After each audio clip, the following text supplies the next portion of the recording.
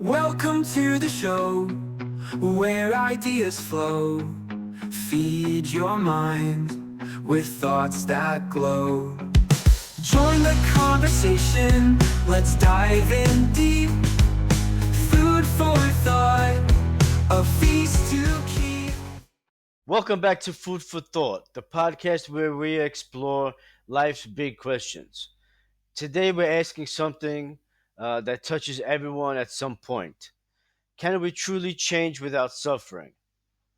We're unpacking the quote, "Man cannot remake himself without suffering, for he is both the marble and the sculptor," attributed to Alexis Carrel.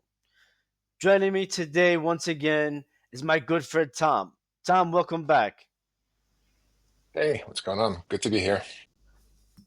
Thanks, man. Let's dive right in. Told you people listening today, I have a lot of questions that I want to discuss, so I'm not going to go too much into background. Just have a short background. We're going to go through, and then we're going to just jump in. So, this quote hits hard. It suggests that change, real meaningful personal transformation, is inseparable from discomfort or pain. The idea that we are both the block of marble and the one chiseling away at it means we are both the source of resistance and the agent of change. What does the quote mean to you personally, Tom? I mean, it rings true. I can certainly think of examples, from my own life, right, where that definitely seems to be the case. You're right. Yeah, everybody probably has a few examples, maybe that probably don't want to even talk about so much anymore. Uh, thinking about certain things probably it's kind of tough and it's kind of good at the same time. All of those experiences where people say, I've been through hell, but I wouldn't change a thing because it's made me who I am. That kind of an experience. Everybody's got stories on that, right? Yeah, there's also this thing. Yeah, I don't know how to take that because on the one hand, past is the past. You cannot do anything about it. You might as well accept it. If you don't accept it, then and you wish that it was different, does that make you worse of a person somehow? You know what I mean? Will you be seen by your peers as someone who is regretting rather than being, more positive and therefore a more of a useful friend or more of a Okay, valued person? So, right. you know what I mean? Yeah, I understand what you're saying, and also to be how do you say, to go in the other direction. People who dwell in the past so much usually get very depressed because they wish things could change, but they know they cannot change things from the past, so they dwell on too much and they get kind of depressed at the same time. Yeah, right. And that goes into this thing about, hey, is it okay to forgive yourself? And should you? Like, and who decides that? All of these discussions, right? Or like these tough questions, quickly, for me at least, go to like, what the hell's the meaning of life and who decides what's good and what's bad, right? I mean, it's like a minute in, I'm like, all right, Okay, yeah, back to the meaning of life. all right. Morality would be a different episode. We can do that in the future if you're willing to come back. That if you can make the time one day, we can do it. Uh, No, I'm flattered that you're even considering that, but like, you can probably get, people that can think about these things way better than I can. So, but well, hey, thanks. maybe not. Maybe yes, maybe no. But anyway, we could try to get me, you, and Steve together, do an episode, and have a free for all where we just argue about everything. You know. Yeah, Anyway, this is part of the audience is the pain. you know Uh, that would be like a lot of sculpting and pain right there, suffering. Okay. Let's go to the talking points. I got all these questions that I want to go through, and let me start with the first one. in no particular order, just number one on my list. Tom, when you hear the phrase "he is both the marble and the sculptor," what does that suggest to you about self transformation? You're the one Oh, that holds most of the control of your life. I mean, if it's not you that's going to work on you, I mean, who else do you expect to make, the real changes and improvements that's to right. your own life? I mean, we all got our own shit. Uh, doing your own work is the only thing that's going to scale, right? I mean, you can suggest things to people, but they actually got to do the work. I mean, same goes That's right. for That's you. right. Yeah. Right. He is both the marble and the sculpture. You know, it kind of right now I'm thinking about all of these New Year's resolutions where people are trying to change, and all of a sudden, after 2 weeks, they fall out of the new habit that they're um, trying to establish new habit or end a new habit or start a new habit or whatever on earth it is. And people drop the New Year's resolutions very quickly because it's a lot of work. They discover very quickly that it's a lot of work and they don't want to go through it. So of course, I think if you're trying to go towards this, some kind of substantial self transformation, there's going to be a lot of suffering. It's I don't know if I was going to say it's mathematical, but no, think it's just logical. Yeah, I mean, there's right. You got to perform actions in the world, right? Which is some form of quote unquote work. Right. There's no getting around it. So it's not just gonna be able to just sleep through it and, wake up and have it be all done and, right there ready for you. So no getting around, suppose physics or reality, no free lunch. That's right. Okay, let me just jump on to question number two over here. Number two says, "Do you think we can grow without pain, or is suffering always part of the process?"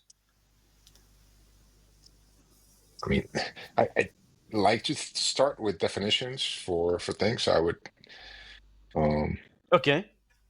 this may not be interesting or I don't know the way to have a conversation for a lot of people, but like you got to define like, what the hell do you mean by pain exactly. But once you do that, let's take an example of physical exercise. Let's say you're lifting weights or something, right? Okay. you know a lot of despite your body, when you're lifting, let's say, I don't know, squatting, 250 whatever, however many pounds, whatever it is that's tough for you, you know, while you're doing that, your heart rate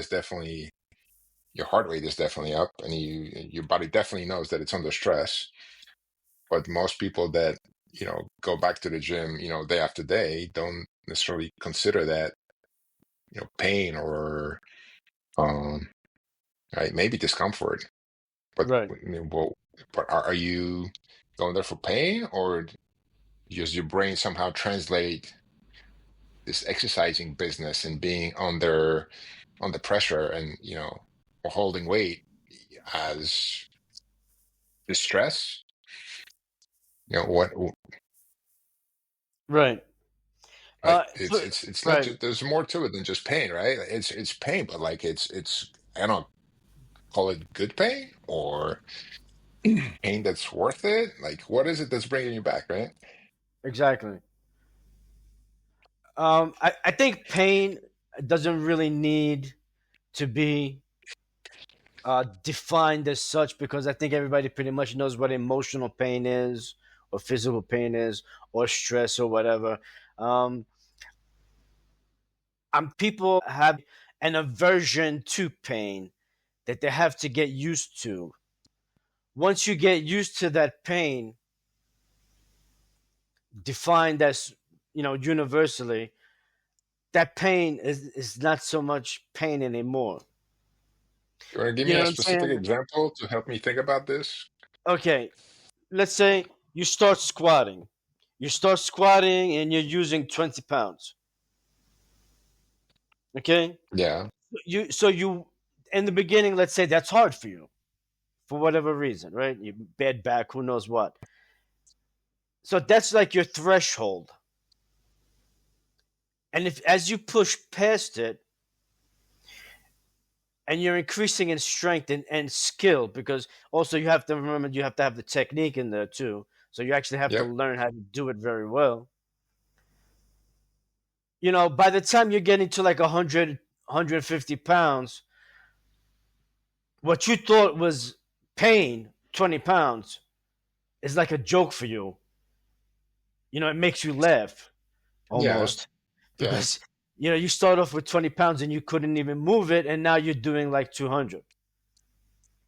So in the process, you're getting used to it in such a way that it's not considered pain to you anymore. Now, pain for you is 300 pounds.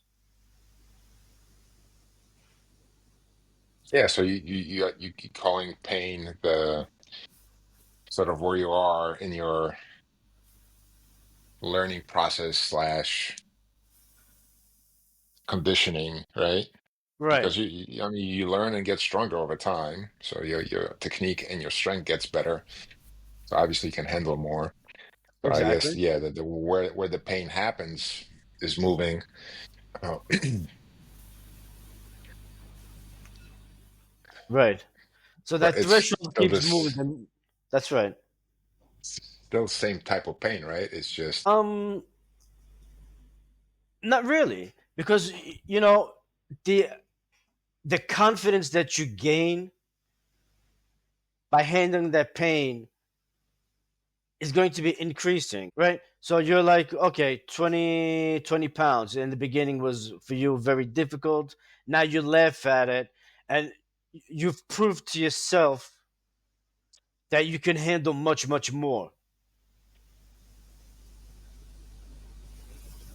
okay. Um, That's what I'm trying to get at, you know?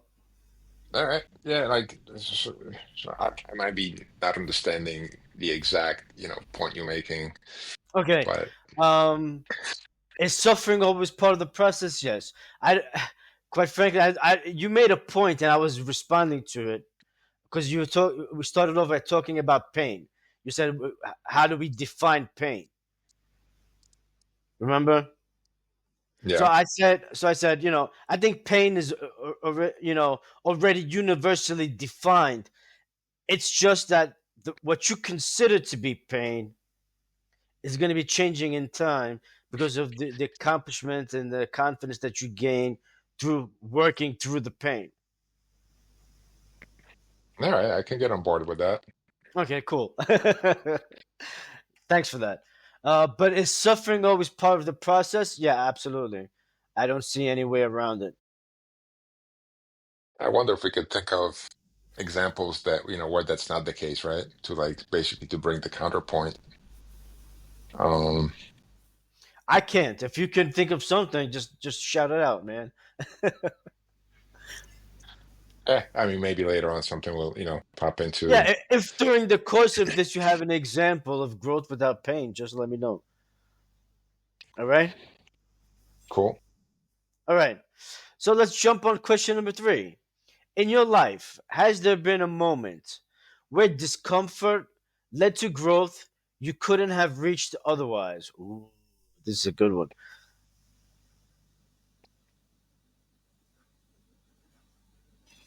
Yeah, also, I mean, that, first reaction is no. All the big ones, I think, came with some, discomfort and, work and pain, Right. effort. Effort Yeah. for sure. And effort is generally goes pretty much, undoubtedly, unextricably with suffering or some sort of pushing, some sort of work that's being exerted on your part. Right. Absolutely. I have to say yes to number three. Very simply, I don't think there's much point in beating the number three to death. Just in your life, has there been a moment where discomfort led to growth? Absolutely. That I would never have been able to reach otherwise. If you want to use the weightlifting example again, of course, when I used to weightlift pretty consistently 150 years ago, that was pretty much it. Okay. Let me jump on number four over here. Number four says, "What's the difference between necessary suffering, like the kind that comes from growth, and unnecessary suffering?" There was a stoic quote that talked about suffering unnecessarily in your mind before something even happens. Um, I can't remember which of the stoic philosophers said it. But let me hear what you have to say first, and then I'll put in my 2 cents. Yeah, so just like earlier, I want to first thing I'm want to answer myself before really answering the question, hopefully truthfully and correctly is like, all right, what is necessary suffering and what is unnecessary suffering? Like maybe can we do an example of each? Go ahead. Like, well, I'm kind of asking. Unnecessary suffering, I don't know, maybe you're being stupid, right? And like essentially worrying about the things that, as I guess, as you just mentioned, that really have no influence over the outcome that you're looking for. Like sometimes, one example from my personal life years ago, I taught myself not to look at my watch when I am trying to make an appointment and not be late. I look at it when I'm home. I'm like, all right, I Okay. got a half an hour and I got to be there also in about a half an hour.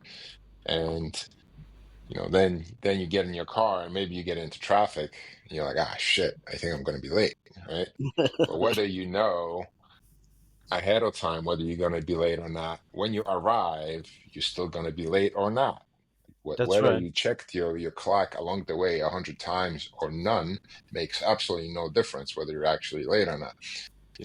Along the That's way, right. you're basically driving your car in a preferably safe and as quick way as you can to get there to minimize the lateness. But once you get there, the time is what it is, and That's right. knowing the time along the way, who cares? So that's to me, that's unnecessary, knowing the time along the way.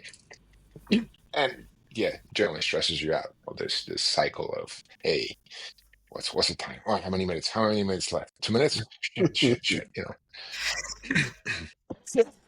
Yes, I Uh, agree with that.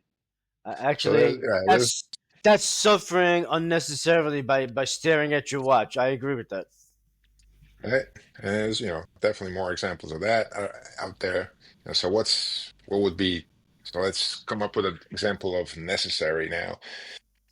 Um, Well, if I mean, not to beat a dead horse, but if you really wanted to jump on the weightlifting, the weight training example again, it's a very good example. I think it's a very practical example because you spend a lot of time in the gym, you're working out a lot, you have to learn, you're pushing yourself past the point of pain, you're trying to eat right. It's quite involved. or maybe it's necessary because no one's figured out a way to do it without the suffering and the pain, right? Or maybe that just a way to do it without the pain does not exist. So that's the only way to get there. Personally, I don't think it exists. I don't think there's any There's a, shortcuts. well, there's a business idea there somewhere, I'm sure, for pills that, make you uh, be Oh my Arnold god. Schwarzenegger I without hope doing I the hope that Arnold never Schwarzenegger's happens. work. Yeah, really. I hope that never happens. Yeah, it would sell pretty good though. Yeah, of course it would sell pretty good. Then what are you gonna have? The entire population It's being the photocopies of each other. results without work. Oh my God. Yeah. Ugh. What would this world become? Um. Anyway, okay. Let me jump on number five over here because we still have a long way to go. Okay, so number five. Do you think our culture encourages avoiding pain more than facing it? And how does that affect how we change? Yeah, I think in recent years, I think that's a trend. Um, all the snake oil salesmen out there, right? Want to sell you shit that's like that's gonna make you, thinner, prettier, whatever, without putting in what others know is unavoidable. So, sticking to a good diet, for example, right? Or making sure that whatever you cook for yourself is, I don't know, healthy and unprocessed. I mean, that takes a little bit of effort. Um, Absolutely. but People want but you might be, a lot of people nowadays want everything easy, you know? They really do want a magic pill for everything. yeah, right?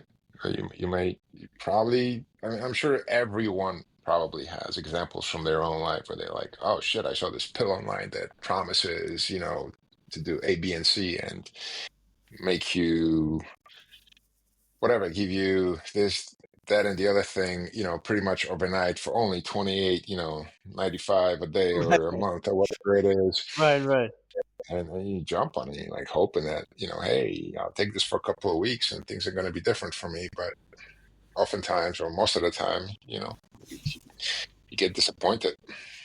Yeah, I think so. Most things they're selling out there are snake oil anyway. But I think the culture really does encourage avoiding pain and any kind of substantial transformative pain. Excuse me, substantial transformative growth cannot take place. Like if you think about a seed for a moment, right? Okay, just think about like anything, a sunflower seed or whatever. For this Yep. thing to become a plant, the seed has to die. It has to go through I don't know how many weeks of growth and stretching and striving and fighting to become a sunflower, right? And Yeah, yeah. that's very transformative to go from a seed, which is like a potential plant, to a full-grown tree or whatever. Like the sequoia trees, they come from like an acorn too, and look what they can do, right? They're tremendously beautiful, tremendously big No, trees. majestic, right? Yeah, as big as they get. Absolutely, they're as big as they get and fantastic looking, and they all start from a seed too. And people today are mostly like that. They're in that limbo state of a seed, you know, Well, and it's they easy just to don't forget grow. though, right? But like you look at yourself and then you look around and you see, everybody that's, more successful than you, that's already further along in some journey than you are. I mean, it's right. The world is so big with so many people in it, with so many different situations. It's really easy to think of yourself as unaccomplished because there's so much more Yes, grander stuff out there that you can compare yourself to. I mean, so probably not a good idea to fall into the trap and, maybe yeah, be grateful. Like I've mentioned this before, like gratitude is a huge part of like my belief system. It's probably like maybe the biggest thing that keeps me sane. And then that is to just look around and be like, oh, you know what? I have a roof over my head. The house is warm in the winter. I don't go hungry. Like, I have some freedoms. I have a car. I can go places and talk to people. Like, I can afford a phone to talk to friends. Like, that's, I don't know, that's a pretty good start right there. My kids don't hate me yet, right? So,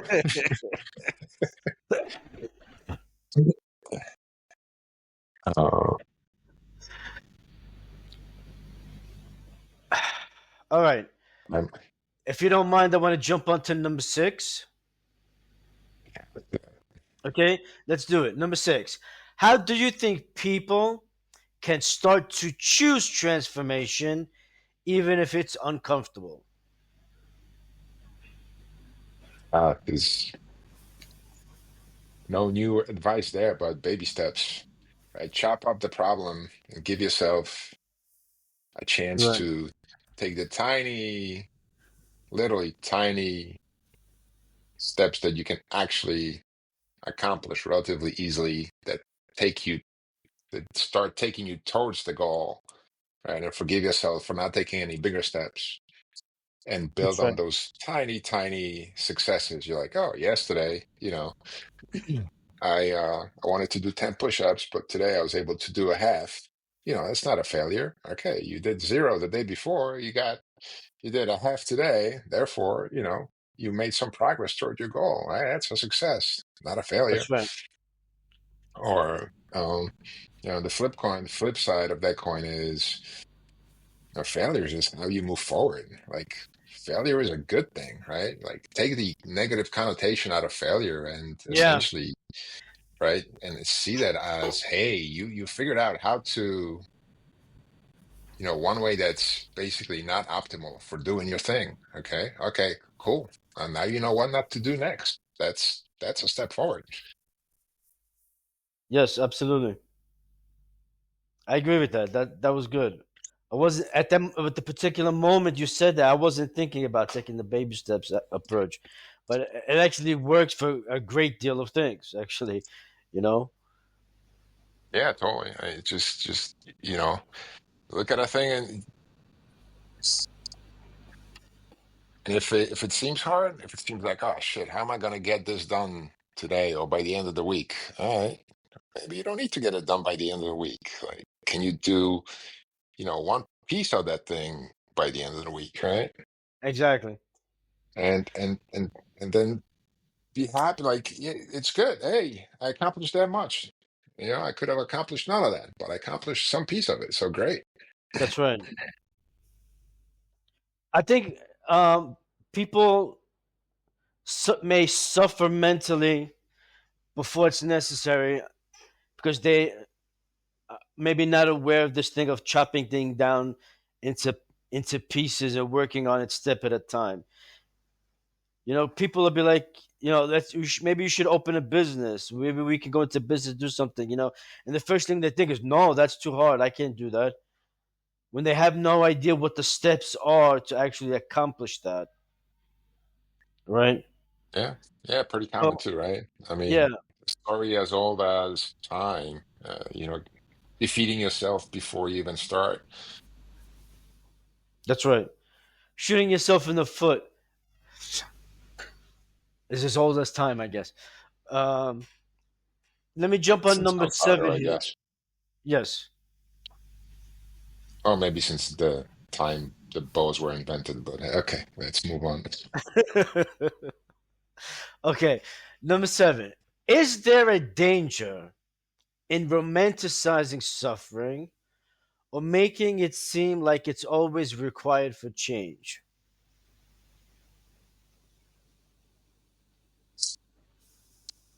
I'm not keen on romanticizing it. Um, I'd rather be a realist and, hey, work is work, shit needs to get done somehow. Yeah, quit crying and like, I don't know, uh, feeling sorry for yourself and just get the thing done and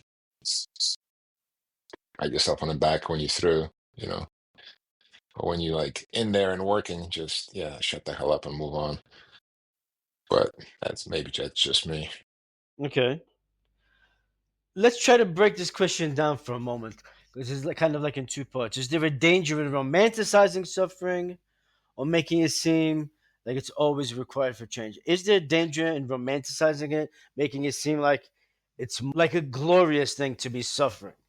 You know? I'm worried that this romanticizing is going to take you down the path of suffering unnecessarily that you brought up earlier. Right. Um, I mean, maybe good for TV shows and I don't know, theater plays, um, to like turn the knob on that up a little bit because it's more watchable and maybe will jerk more on your heartstrings. But practice on the real life, I would stay away from it. Not that I'm not guilty of it sometimes, but Right. yeah, I think this whole thing about suffering and romanticizing suffering also basically has to do also in like romantic situations. Like I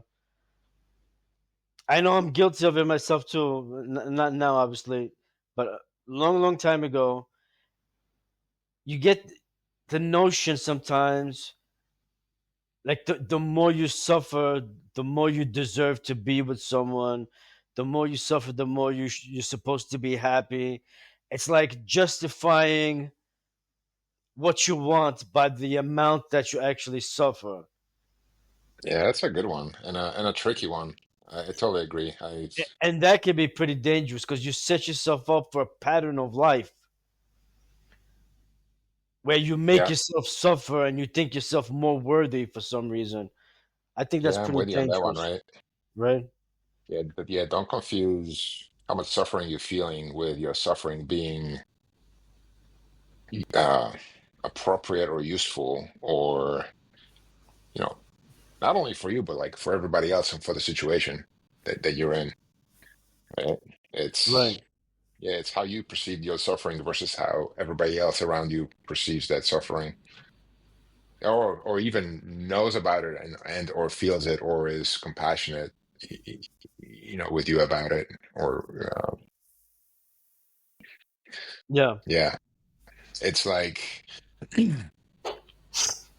don't confuse the intention with the resultant potential harm out of that comes out of the results, despite your intentions being good, right? Like you can intend for your actions to produce a good outcome, yet somebody unavoidably is going to think that despite you wanting good, and maybe even knowing that you meant well, you fucked something up and it hurt them. What do you do with that? Um, and what are right. you going to tell them? Like, oh, I meant well. Yeah, well, yeah, yeah, but my kid is now dead because whatever. I don't know. Pick your favorite some example, right? Why that would work. But um, Right. Hitler might have wanted, his country to become more prosperous and the people within Germany to have it better economically and otherwise, but that's it. Now, what happened to the rest of the world, right? Yeah, that is a very interesting insight right there.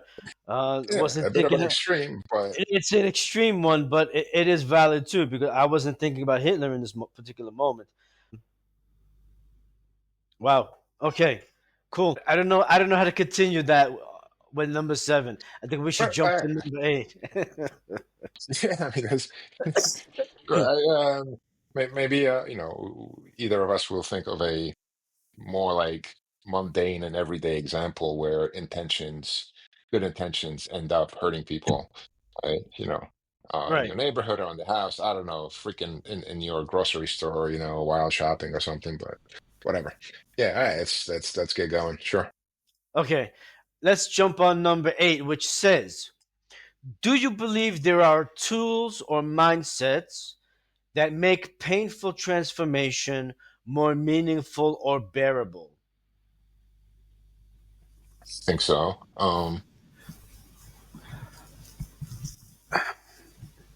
Yeah, This is making me think of something. I want to see if you're going to say what I'm thinking right now.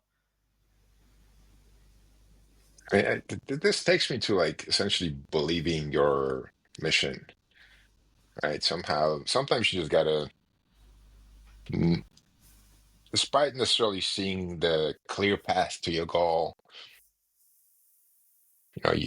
you got a Hmm. belief that, hey, you know what? I don't know how I'm gonna do this yet, but I feel like I'm capable. I can, and I'll figure it out along the way. Like, and maybe I'll be nice to people around me, and maybe they'll help me out a little bit, and then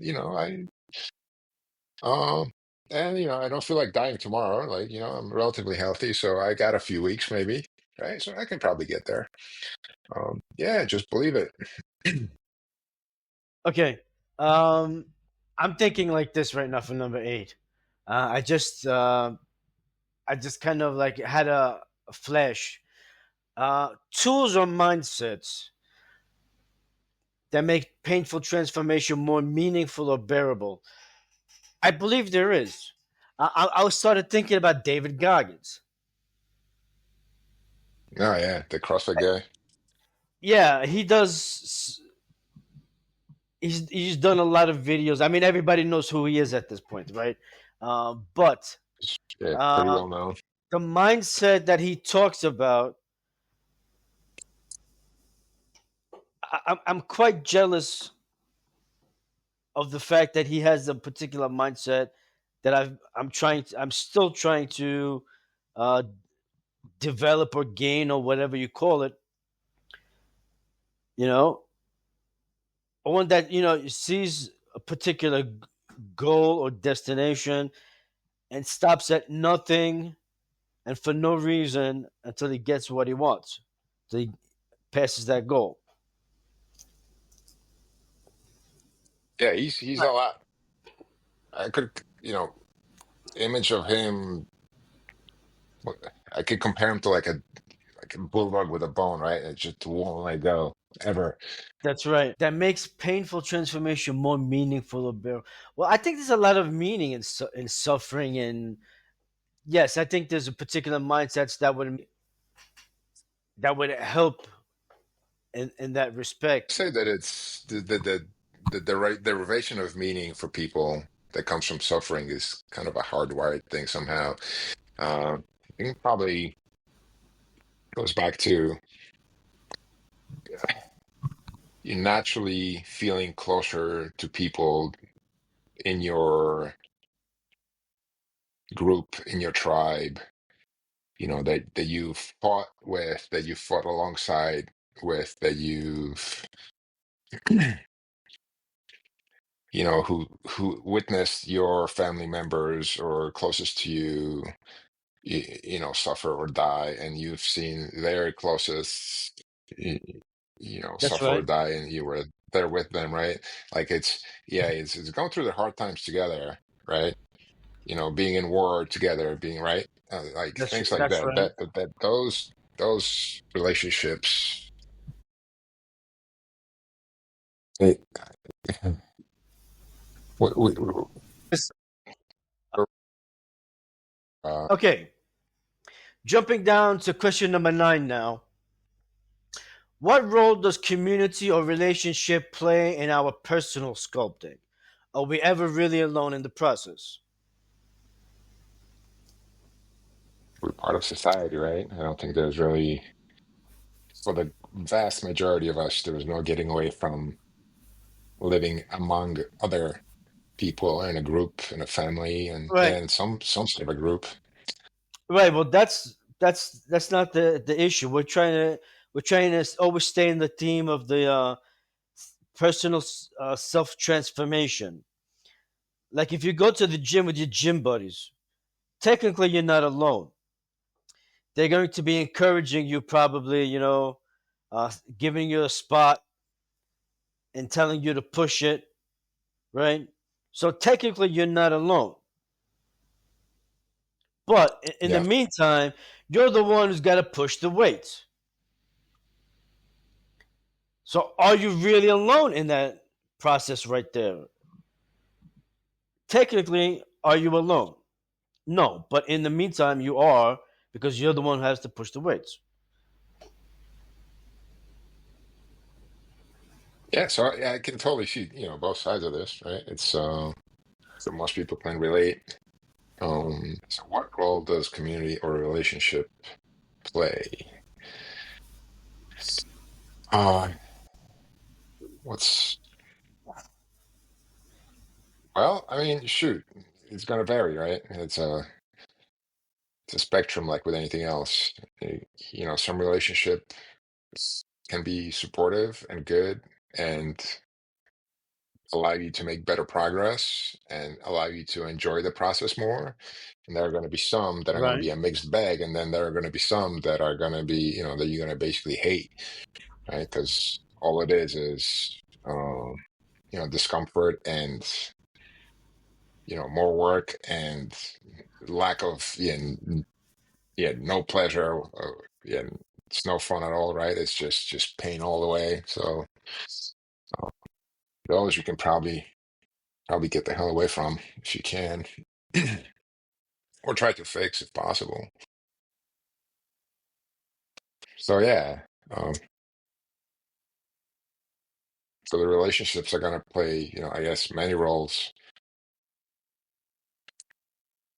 And no, yeah, Okay. I'm gonna guess I already said that earlier, but no, you almost never really alone. Right. Well, I think the question is valid enough. Are we ever really alone in the process? Because you are or you aren't. Well, I think to a certain extent, for the most part, you are alone. You might have moments where people are encouraging you, they're taking part with, they're giving you a hand, but in the kind of like in the grand scheme of things, you are alone.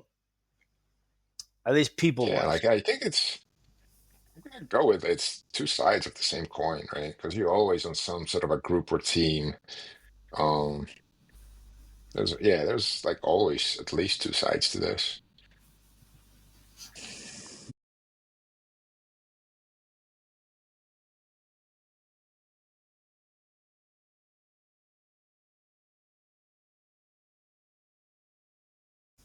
I mean, what else can you say about that? I mean, maybe it's moment by moment, and it depends on where is your awareness focused? Is your awareness focused internally or externally, right? And that sort of determines, okay, am I alone in my head? Like all I think about is the way that I lift and I don't hear anything, like, right? All the noise and all the cheering or whatever just disappears, Yes. because you under so much focused attention on the weight.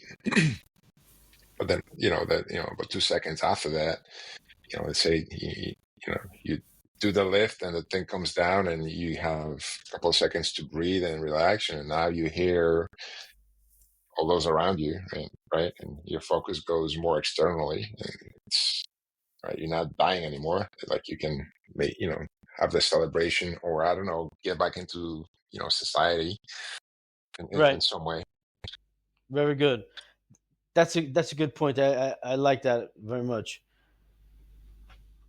Okay, fine. We still have four more questions. We're gonna look at number 10 now.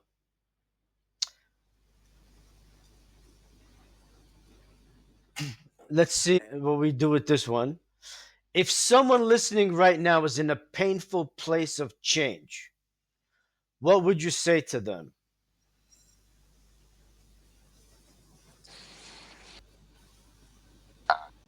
Hey, that I need more context.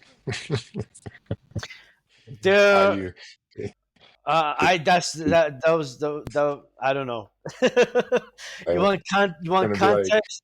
You want context? Okay, let's come up with context right now. They're in a powerful place, the painful place of change.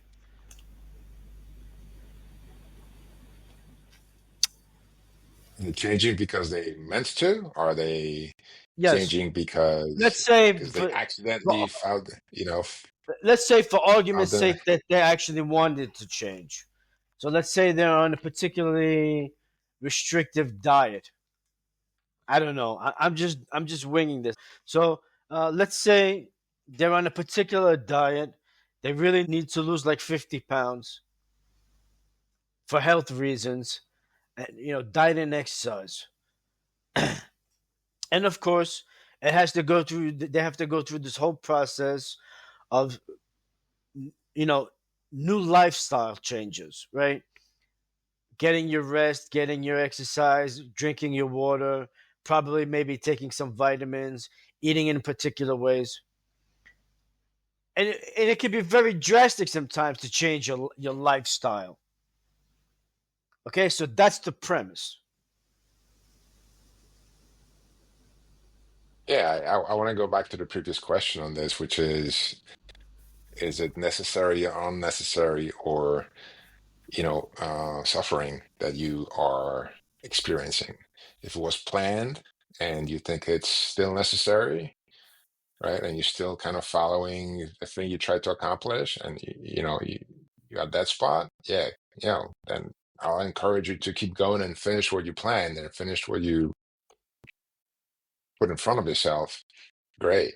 If it's anything but that, I would assume, all right, you probably here by mistake and you're probably doing something stupid. You might want to rethink and, get yourself out of what is essentially a destructive and or unhealthy spot, right? Yeah. Stop what you're doing right now, you know, take a good look around, reconfigure, rethink, restart. Right. There's one thing that's coming to mind right now. What could you say to them if some, in this going through this whole thing? There's one phrase that I've heard a while ago. I don't know who made up the phrase, but I like to use it sometimes where it says, trust the process. It's very simple, but it's also, I think, very powerful, because there are many times when you have to, let's say, on this course of what you're doing, your whatever you're trying to accomplish, however you're trying to self transform yourself, you have to recalibrate every now and then, and you have to stop and look around. It's like you're in the woods with a compass, and you're following the needle, and the needle says you're traveling east. You want to travel east, but when you get to a certain point, there's a cliff, and you can't just keep traveling east because there's a cliff right in front of you. So you have to kind of, recalibrate. So I would say right now, to someone in that kind of a situation, trust the process. Do what you got to do in that sense.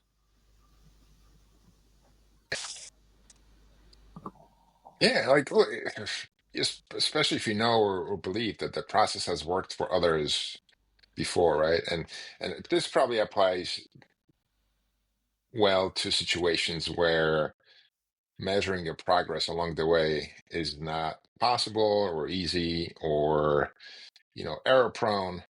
Yeah, so like for example, eating more healthy, with the long-term expectation of, let's say, losing weight, may along the way actually show you that if you just weighing yourself, like you may actually be gaining weight first, right?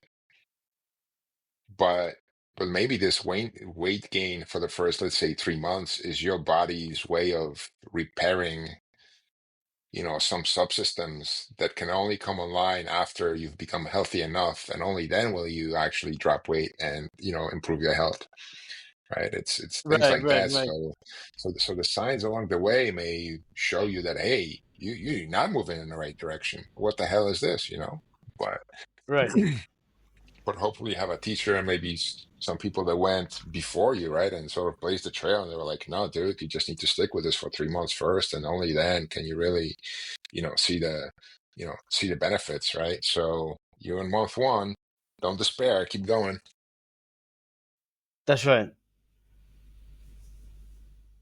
Okay, let me jump on question 11 now. Do we need to hit rock bottom before we change?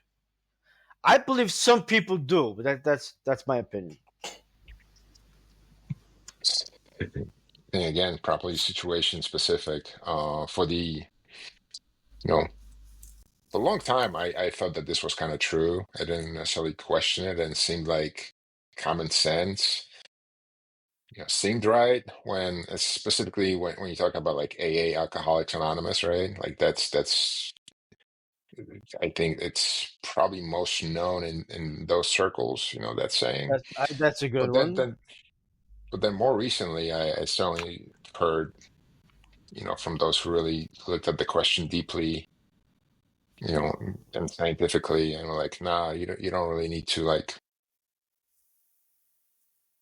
there is You know, right, help to right, be right. had along the way, and is likely to be effective and you're likely to pull somebody out of, the depths of whatever trouble, depression, blah blah blah, way before that they have hit the rock bottom, and and in whatever in the in whatever form you can imagine, whether that's being homeless and like out of touch, and I don't know, without contact, without family. It, I don't know. Pick your favorite flavor of, rock bottom. Right. Oh, yeah. I think as a society, and science has moved enough that there are interventions that can be applied before you really somewhere really gets torn down to the bare bones. But I think personally, do we need to? No, we don't need to. Do most people have to? Yeah, because unless people find themselves many times face down in the gutter, do they finally say, okay, now something has to change? Because you hear about it, like you have divorces, you have people, with alcohol problems, drug problems, relationship problems, all kinds of stuff, and people think that if they keep doing the same thing in the same way, they're going to get a different result. That was our old friend Albert Einstein who said that. And I believe that I hold that that saying, that particular saying, actually very near and dear to my heart. Uh, yeah, you keep doing the same things over and over, expecting a different result, like many people do. They think they don't have to change. They think they have everything figured out until they find themselves face down in the gutter, and then they realize that something has to change. Okay, question number 12. What do you think people are most afraid of when it comes to changing themselves? I have my own ideas about this, but I'm going to let you go first. Yeah, I mean, I think that forces you to acknowledge that the way you've been so far is not optimal, and therefore I would say most might jump to the conclusion or to calling it bad, and therefore, negative, and therefore not pleasant to recognize. Um, and I don't think that the jumping to the conclusion that it was bad is necessarily a negative thing. Like, you are where you are, and you always have the option to do things differently tomorrow, right? Or later today. Um, but but it's but again, it's this idea that, oh my God, what kind of a I am the same I'm the same person as yesterday, but is that true? And if I am the same person as yesterday, does it mean that if I was shitty yesterday, that I'm also shitty today? Back to this forgiving yourself, and changing what you do today and tomorrow, and realizing that you can't do anything about what you did yesterday, uh, but also forgiving yourself, right? And not beating yourself up, and like not,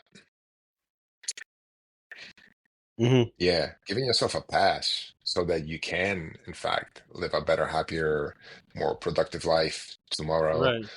And it's okay that it has to be okay that whatever happened happened. Like, Okay.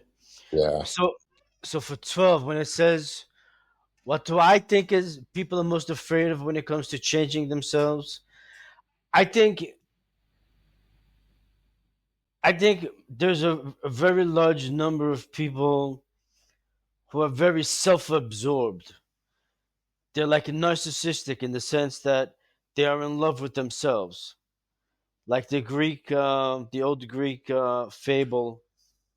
or myth, probably is the better word to use, of Narcissus. I think it was the Yeah. the person, right, looked in the pool of water, fell in love with himself, with his own reflection, until he reached out to try to touch it, and then like he fell in and drowned or something to that effect.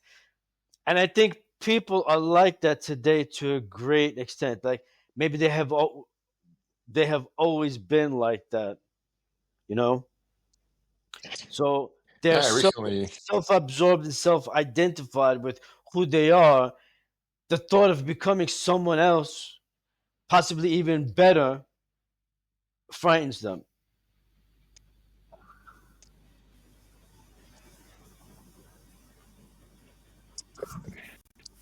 yeah, I recently heard a piece that Sam Harris did around this. Sort of explained the origins of why it's easy for humans to feel like they're center of the world, right? And it's sort of it's how comes from how you're being treated from the time when you're a baby, like when your consciousness is only starting to form, when your view of the world is only starting to solidify. And the first images and situations you find yourself in is that when you cry, people come over, and that when y- you look out, you don't know anything else about the world. But it seems that everybody in a group, your parents, your whatever, your family, comes to see you. Like they come to touch and poke you. They come to make you laugh. They come to play with you and clean you and feed you. It's like shit. What else do you think but the fact that you're the center of the world and the universe? Like, oh man, look, everybody's serving me over here. Right. I make a noise, fucking people run. Oh my God, it must be important, right? Exactly. And that's that I think sticks with you for a Yes. long time, A maybe great forever. many, it sticks with a lot of people for basically most of their lives, if not all their lives. And it's if you can somehow arrange, right, to have people like serve you like that. I mean, that's certainly comfortable and like way easier way of living than if you got to fend for yourself, right? And go and bust ass and work and provide. But yeah, so the baby's got to die for the wise old man to be born Yes, at some I point. love it. Absolutely. Uh, that was good. I like that. I think I'm gonna steal that from you.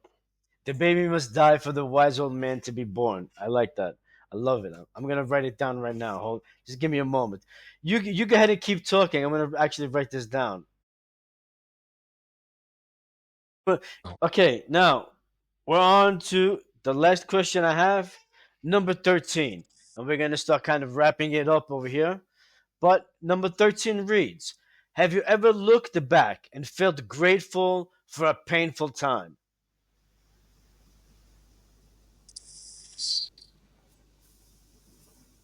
I can't say that I felt grateful for the pain, but the results that came out of the There scenario you go. despite the pain, Yeah, right? that exactly. That's right. Like when people say, I would not change the past because the past made me who I am. You know, uh, they say it all the time, and it's true. I mean, we all Yeah, go and I through got the something. I know scars to prove personally. it. Yeah, that's right. I got the scars to prove it. That's perfect. Um, I think that's pretty much it. Really don't have anything to add to that. So I think we're pretty much done with the questions. Cool. Okay, so that's it for today's episode. Tom, thank you, buddy. It's always great talking to you. Thanks for coming out and showing up today. It was a Hey, deep, always a honest. pleasure. Thank you. It was a deeply honest conversation, like we've been having for like the past 30 years. Except for this time, we're sharing with everybody else who's listening.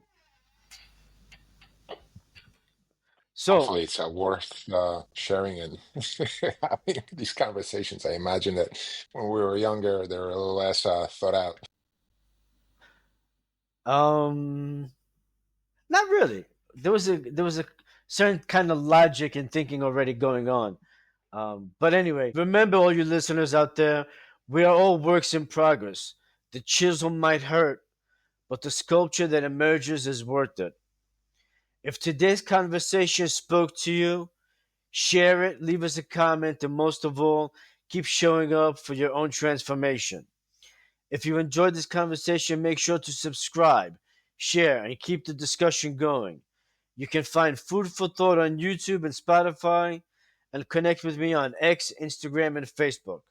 I'd love to hear your thoughts. So until next time, question what you know, challenge what you believe, and see where the truth takes you. Goodbye.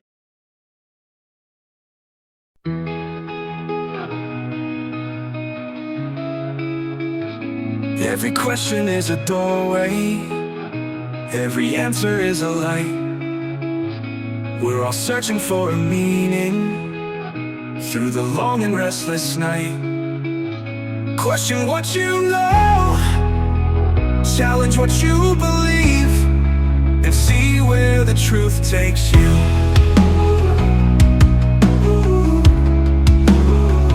Step beyond what feels certain, let your heart begin to see. It's the questions that awaken all we're meant to be. Question what you know, challenge what you believe, and see where the truth takes you.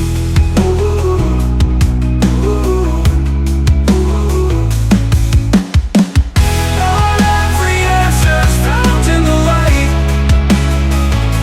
Sometimes it's the journey through the unknown that brings us home. Question what you know, challenge what you believe, and see where the truth takes you.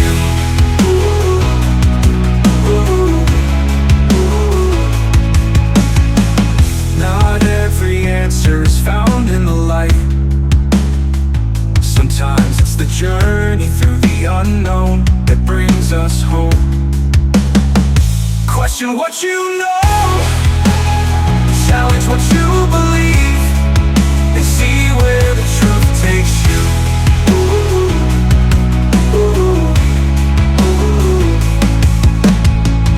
Not every answer's found in the light. Sometimes it's the journey through the unknown that brings us home. Question what you know, challenge what you believe, and see where the truth takes you.